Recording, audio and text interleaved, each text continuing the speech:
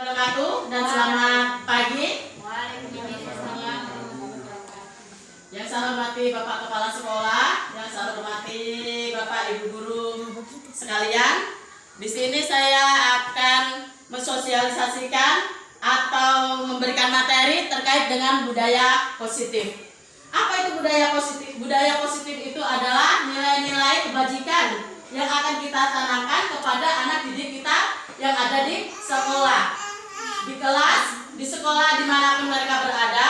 Dengan nilai-nilai kebajikan kita akan memberikan motivasi atau contoh-contoh yang baik dalam berperilaku di dalam kelas terutama ya. Karena kita di sini sebentar mengambil kesepakatan kelas yang kita akan kesepakati ya, yang akan kita sepakati dan akan kita membuat suatu peraturan atau suatu contoh yang akan diterapkan oleh anak didik kita.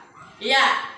Adapun latar belakangan ini ya, saya buat mensosialisasikan ini supaya anak-anak itu berperilaku sesuai budaya positif yang ada di sekolah kita ya, dengan berperilaku sesuai dengan profil pelajar Pancasila. Yang mana profil pelajar Pancasila itu ya mempunyai jiwa mulia, berhalak mulia, bergotong royong, bernalar kritis, dengan nilai kebajikan misalkan saling menghargai, ya, saling menghormati, ya. Nah, jadi di sini kita bisa mengambil kesimpulan sebentar ya untuk lebih baiknya anak-anak langkah ke depan. Ya. Untuk menerapkan budaya positif di situ, kita sebagai pendidik ya, kita mempunyai 5 kontrol posisi. Posisi yang pertama yaitu posisi penghukum, yang kedua posisi membuat merasa bersalah, yang ketiga posisi sebagai teman, yang keempat sebagai pemantau, dan yang kelima sebagai manajer. Ya. Adapun yang pertama sebagai penghukum itu biasa yang kita lakukan ya, Ibu Bapak Guru. Yang kita lakukan seperti hari-harinya. Oh, anak tidak melakukan kerjaan atau tugas dengan baik, langsung biasanya kita beri hukuman. Langsung kita cedil, biasanya telinganya itu langsung kita jewer. Tetapi dengan penerapan ini ibu-ibu sekalian ya, bapak-bapak sekalian, bapak guru, kita akan menerapkan budaya tersebut. Jadi kita akan memulai dengan baik supaya tidak melakukan langsung hukuman kepada anak-anak. Itu posisi penghukum ya. Sedangkan posisi yang kedua, posisi merasa bersalah. Dalam hal ini kita sebagai pendidik tidak langsung, kenapa kamu tidak mengerjakan PR? Tidak boleh langsung begitu ibu-ibu ya, dengan bapak-bapak, Pak Guru. Kita harus menanyakan terlebih dahulu atau membuat seolah-olah itu anak didik kita itu merasa bersalah. Aduh, sangat kecewa loh ibu, sangat kecewa loh bapak guru. Setiap kalian diberi tugas kok tidak dikerjakan. Itu misalkan ya contohnya. Dan yang kita masuk posisi kontrol sebagai teman. Sebagai teman, biasa anak-anak itu cenderung ya tergantung kepada kita. Kita nanti mau menyelesaikan tugas kalau ada ibu itulah. Nah, jadi biasanya anak-anak itu ada permasalahan apa? Ada tentang tingkah laku apa, itu tergantung kepada gurunya ya, bisa memilih guru lah, boleh dikata begitu. Sekarang kita masuk ke posisi kontrol yang pemantau. Nah, dengan posisi kontrol pemantau ini kita sebagai pendidik biasanya anak itu kita hukum sesuai dengan konsekuensinya ya. Sebagai pemantau ini kita hanya memberikan anak-anak melakukan kesalahan. Jadi anak-anak sahabat yang tidak mengerjakan tugas, contohnya ya, Bapak Guru beri tugas demikian karena kalian tidak mengerjakan tugas. Ini posisi pemantau ya. Bisa kita yang kelima posisi manajer. Alhamdulillah, mudah-mudahan ya kita sebagai pendidik posisi manajer, posisi yang kelima itu yang kita pakai. Karena posisi manajer ini posisi di mana kita mencari solusi tentang permasalahan anak didik kita yang ada di sekolah maupun di dalam kelas ya.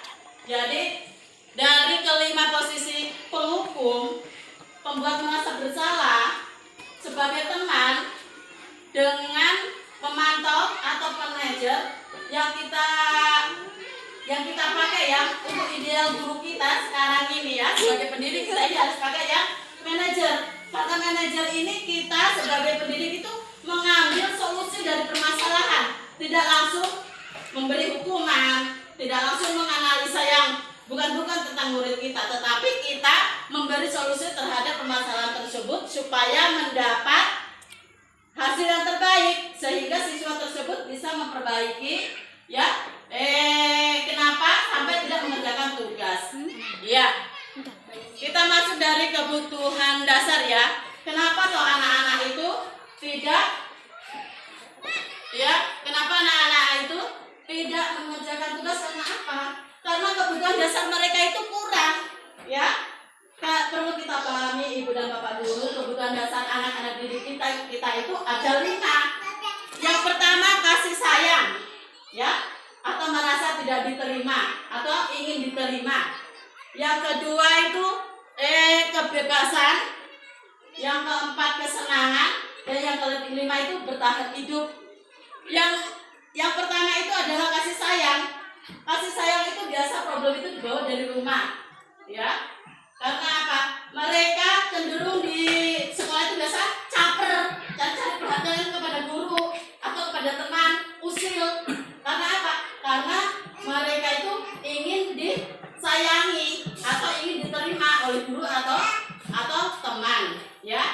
Karena kebutuhan dasar itu kurang awalnya dari rumah, maka mereka mencari-cari hal-hal yang supaya guru itu memperhatikan dia. Itu adalah kebutuhan dasar yang pertama.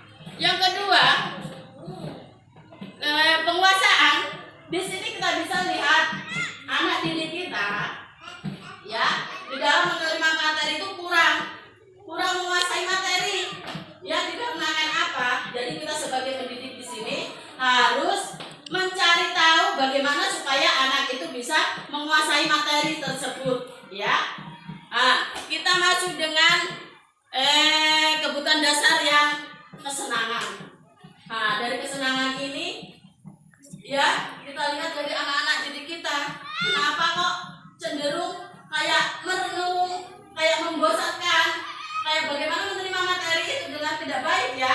Kita sebagai pendidik itu di sinilah kita memberikan langkah-langkah yang terbaik supaya anak didik kita merasa nyaman, aman, tenang dalam proses belajar mengajar. Dengan cara itu menyenangkan itu bagaimana? Memilih metode yang baik atau metode yang menyenangkan supaya anak didik kita bisa menerima pelajaran atau proses belajar mengajar itu dengan baik, dengan merasa senang, dengan tidak bosan ya. Yang kelima itu kebutuhan dasar bertahan hidup. Jadi kelima itu adalah kebutuhan dasar mereka itu intinya itu untuk mempertahankan hidupnya ya, untuk kebutuhan hidupnya itu supaya terpenuhi. Karena itu salah satu penyebab anak-anak melakukan kesalahan karena tidak terpenuhinya kebutuhan hidup ya. Masuk dalam penanganan kasus ya. Anak-anak melakukan permasalahan atau suatu masalah, kita bisa menggunakan dengan tiga langkah ya. Di sini adalah teori segitiga restitusi. Namanya itu teori segitiga restitusi. Ya, yang pertama adalah menstabilkan identitas. Ya, menstabilkan identitas. Menstabilkan identitas itu bagaimana? Ya, anak itu tidak semuanya melakukan kesalahan. Misalkan, si A, kamu tidak mengerjakan PR untuk hari ini, tetapi bukan berarti teman-teman yang kemarin tidak mengerjakan PR. Ada loh teman-teman juga yang tidak mengerjakan PR. Jadi di sini kita sebagai pendidik ya harus memberikan ketenangan atau supaya tenang dulu dalam lingkungannya tersebut. Maksudnya situasi anak tersebut memberikan ketenangan kepada murid yang melakukan kesalahan. Ya. Yang kedua itu validasi tindakan. validasi tindakan di sini kita sebagai pendidik itu harus memberikan kepada anak atau menanyakan seperti mengapa anak tidak mengerjakan tugas itu, tentunya mempunyai alasan, ya, mempunyai alasan kenapa tidak mengerjakan tugas, pasti mempunyai alasan kan, kenapa? Nah, jadi kita wajib menanyakan itu ya. Jadi tidak serta-merta langsung kita membuat kesimpulan yang harus anak-anak kenapa tidak mengerjakan tugas langsung memberikan sanksi atau memberikan hukuman. Tidak ya. Jadi di sini validasi tindakan kita menanyakan permasalahannya karena apa? Anak didik kita tidak mengerjakan tugas. Masuk yang ketiga, restitusi, menanyakan keyakinan kelas. Nah, disinilah sebentar keyakinan kelas yang kita akan sepakati, ya. Jadi permasalahan anak tersebut, ya, kita tanyakan kembali. Kan kita sudah ketahui alasannya kenapa tidak mengerjakan tugas. Karena alasannya ini. Nah, di situ kita tanyakan dengan anak didik kita, berarti keyakinan kelas manakah anak itu yang melanggar. Maksudnya termasuk melanggar atau tidak. Tentunya anak itu sudah melanggar tentang apa? Tentang tidak bertanggung jawab melaksanakan tugas. Jadi Bapak Ibu di sini itu kesepakatan yang pertama, tidak mengerjakan tugas tepat waktu. Jadi di sini sebentar kita bisa mengambil menanyakan keyakinan kelas tentang mengerjakan tugas dengan tepat waktu. Jadi bisa disepakati ya. Jadi Ibu dan Bapak guru sebentar saya harap ya di kelasnya masing-masing ya bisa membuat suatu kesepakatan ya, suatu kesepakatan di kelas itu yang harus kita taati dan kita buat bersama, tetapi juga kita harus tepati dan diterapkan. Jadi Bapak Ibu guru sekalian, dalam kesempatan ini mungkin ada yang kurang paham. Jadi saya juga minta maaf ya. Terkait dengan budaya positif ini, kita ini juga sama-sama masih belajar ya. Masih banyak belajar dan ini juga masih akan saya terapkan di kelas saya ya, khususnya di kelas 4. Mudah-mudahan nanti Bapak Ibu guru yang lainnya bisa membuat kesepakatan juga seperti yang akan saya buat. Jadi dalam hal ini Bapak Ibu ada yang perlu dipertanyakan? Mari kita sharing ya, kita berdiskusi.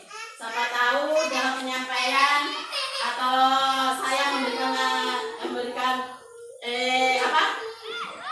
pengarahan tadi ini kurang baik, ya saya minta maaf. Saya akhiri. Assalamualaikum warahmatullahi wabarakatuh dan selamat pagi. Warahmatullahi wabarakatuh. Waalaikumsalam warahmatullahi wabarakatuh. Dan selamat pagi. Ayo, mana semangat kalian? Tunjukkan. So, supaya semangat kita. Depan, Wandi. Oh, iya, Alfa. Semangat ya. Ya. Semua bergerak. Yel-yel Astanpa. Siapa kita? Apa julukan kita? Mana semangatmu? Tunjukkan. Ya, pada kesempatan hari ini Ibu Guru akan mensosialisasikan ya tentang penerapan budaya positif ya. Mudah-mudahan kita akan terapkan di sekolah kita. Budaya positif itu adalah suatu nilai-nilai kebajikan yang berperilaku. Jadi budaya positif itu hari-hari sudah kita jalankan sebenarnya ya. Cuma kita belum memberikan yang terbaik ya di sekolah kita. Jadi sebentar ya, Ibu Guru akan membuat kesepakatan ya, kesepakatan kelas. Jadi Ibu Guru sebentar pandu di kelas masing-masing. Kita akan membuat suatu kesepakatan kelas yang budaya positif. Ibu Guru di sini memberikan arahan ya. Berarti kalian dengan Ibu Guru saling menghargai. Bagaimana Ibu Guru bercerita di sini? Ibu Guru mengarahkan kalian sementara kalian bermain, berarti kalian tidak menghargai. Itu salah satu juga budaya positif. Menghargai, saling menghargai sesama itu budaya positif. Jadi Ibu Guru ya, di sini sebenarnya kita ini sudah menerapkan budaya positif, saling menghargai sesama guru, sesama teman. Cuma ya dalam hal ini kurang agak baik ya. Misalkan tadi ini lihat itu, Ibu Guru menerangkan ada yang bermain. Nah, jadi mulai sekarang anak-anakku sekalian, kita akan menerapkan budaya positif yang sungguh-sungguh ya. Bukan apa? Bukan karena ingin penghargaan, bukan karena ingin suatu imbalan ya. Bukan karena suatu ingin dicap oleh gurunya, oh ini si A supaya baik, ini si B supaya baik, tidak ya. Karena didasari dari hati kita ya. Karena budaya positif itu di dalamnya itu nilai-nilai kebajikan sayangku, nilai yang kebaikan yang ada di dalam diri kalian. Iya, bisa dipahami kira-kira ini? Bisa. Iya. Kiranya sosialisasi Ibu tentang budaya positif untuk hari ini cukup sekian ya. Tetapi kita akan mempraktekkan ya. Kita akan belajar, enggak usah terlalu menyolok atau apa terlalu yang besar-besar ya. Yang dari kecil-kecil, dari mulai terkecil dulu ya. Misalkan menghargai lingkungan. Iya, bisa dipahami kira-kira ini? Bisa. Iya, setelah bubar dari sini ya. Ibu Guru lihat ini lingkungan semakin bersih ya. Sudah ada perubahan untuk kalian. Dan tadi Ibu Guru datang, kalian sudah menegur sapa, sekalipun kalian di dalam apel ya. Budaya senyum, sapa, ramah itu harus ditingkatkan juga ya. Ini Ibu Guru sudah lihat sudah ada kemajuan, sekalipun cuma hanya sedikit. Iya, tidak apa-apa. Mungkin hanya itu. Ya, pacukan Ibu Guru, ambil alih. Siap trek. Tanpa wabarakatuh. Dan selamat pagi. Tetap semangat. Alhamdulillah. Pada kesempatan hari ini kita tetap semangat ya, dan selalu diberi kesehatan oleh Allah Subhanahu wa taala. Ya, yang mana pada pagi hari ini Ibu Guru akan menanyakan keterkaitan budaya positif. Siapa yang tahu budaya positif itu apa?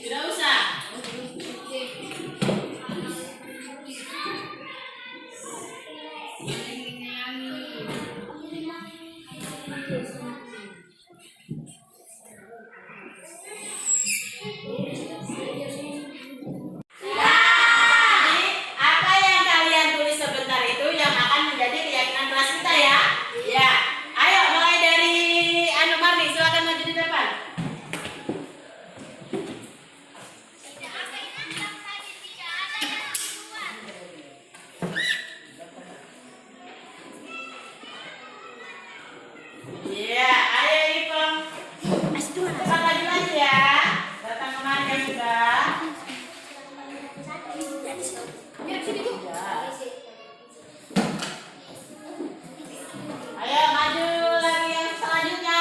Tesnya disuruh, ayo pada maju.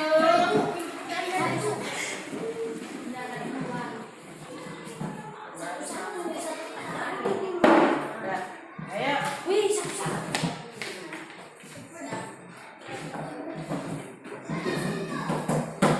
Sudah dipotong lagi sudah.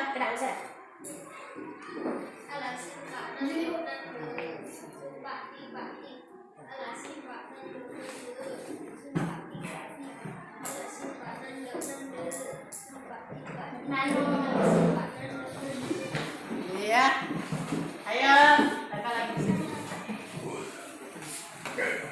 Putih mana Putih kok tidak maju-maju sih Putih?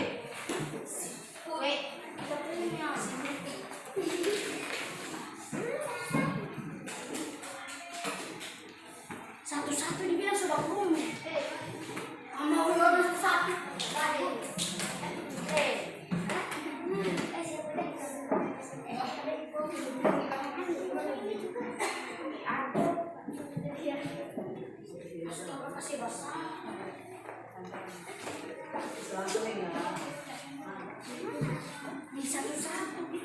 Masih ada cepat.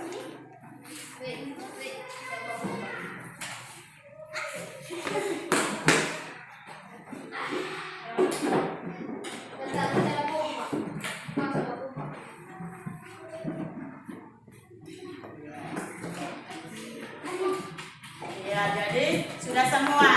Nah, sudah semua? Di sini ini yang kalian tulis ini berupa keyakinan kelas yang akan kita sepakati ya, yang akan kita terapkan. Jadi kalau siapa yang melanggar, kalian sendiri ya yang memberikan peraturan ini, kalian yang menyepakati kalian, jadi yang melakukan hal tersebut juga kalian. Ibu guru akan membacakan hasil keyakinan kelas kita hari ini ya. Datang ke sekolah tepat waktu, bagus. Sopan santun, bagus. Mengerjakan tugas tepat waktu, keren. Ramah tamah, bagus. Saling berbagi dengan teman, iya, mantap. Saling menghargai teman, boleh, bagus. Membantu teman, oke, bagus.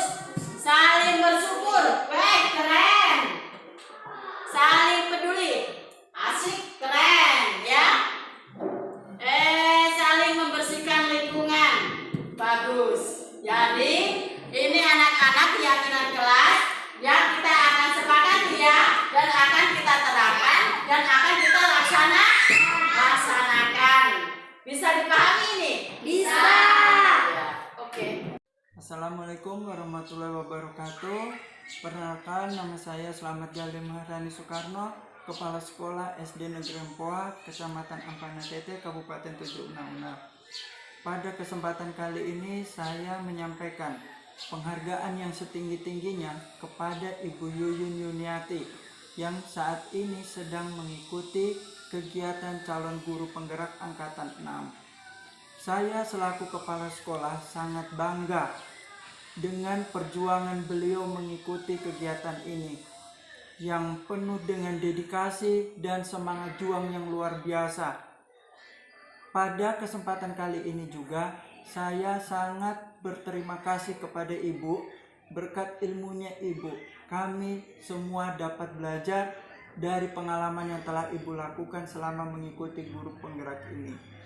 Terutama ada beberapa program yang telah dilakukan oleh guru penggerak saat ini, yaitu segitiga restitusi dan penerapan budaya positif. Semoga dengan program-program tersebut dapat terlaksana dengan baik dan dapat diterapkan di sekolah kami, sehingga dapat memberi perubahan dan dampak positif bagi seluruh warga di sekolah.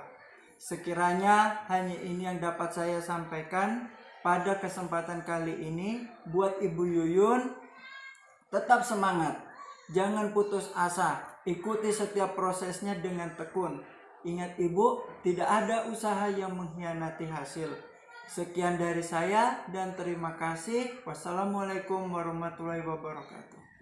Assalamualaikum warahmatullahi wabarakatuh. Nama saya Siti Alfiana, murid kelas 4 Ibu Yuyun.